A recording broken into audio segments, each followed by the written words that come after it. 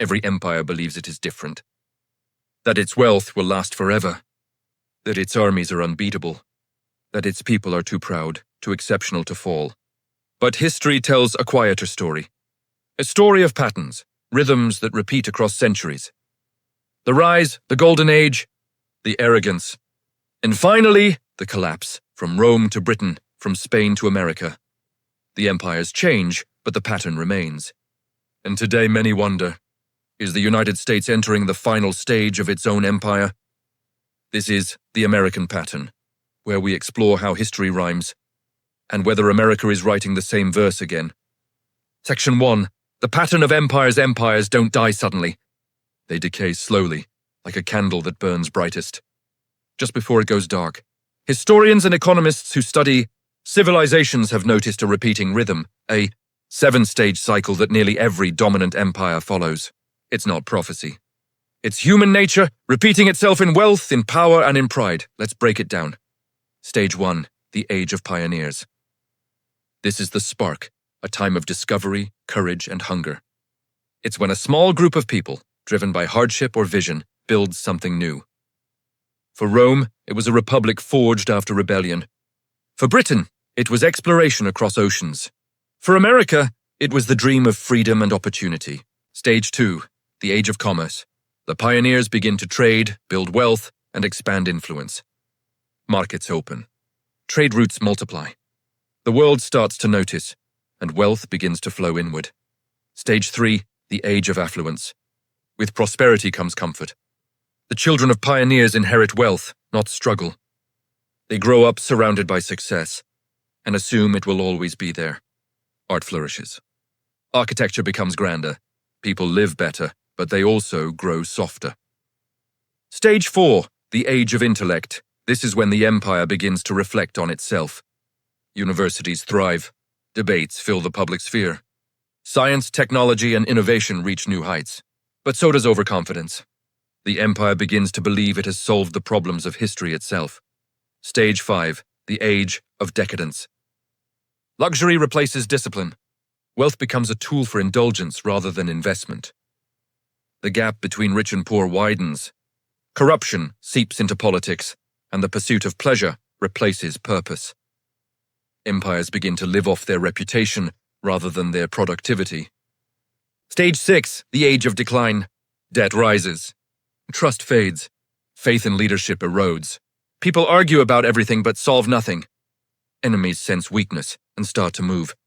Stage 7. The Age of Collapse. The empire that ruled the world begins to fracture. Not just militarily, but morally, economically, and spiritually. What once united the people becomes the reason they divide. And finally, the empire falls, usually from within, long before any external invasion. This is the rhythm of power. And if we look closely, we can see where America stands today. Section 2. America's Ascent. The story of the United States began like every great empire, with vision and hardship. A group of pioneers broke away from an old order, seeking freedom, faith, and opportunity.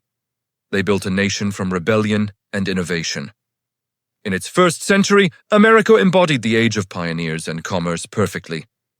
The Industrial Revolution, the rise of the railroads, and the birth of mass production turned a collection of colonies into the engine of the world. By the early 90s, America entered its age of affluence.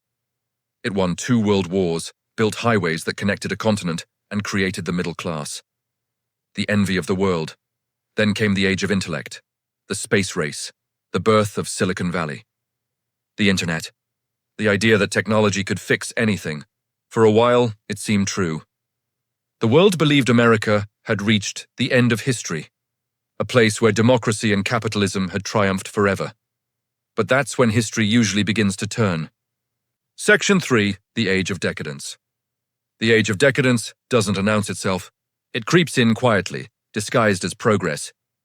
In ancient Rome, senators grew rich while the poor relied on bread and circuses. In Britain, the empire expanded so far that it forgot how to govern at home. And in modern America, we've built wealth on a mountain of debt. Today, personal debt, corporate debt, and government debt have reached historic highs.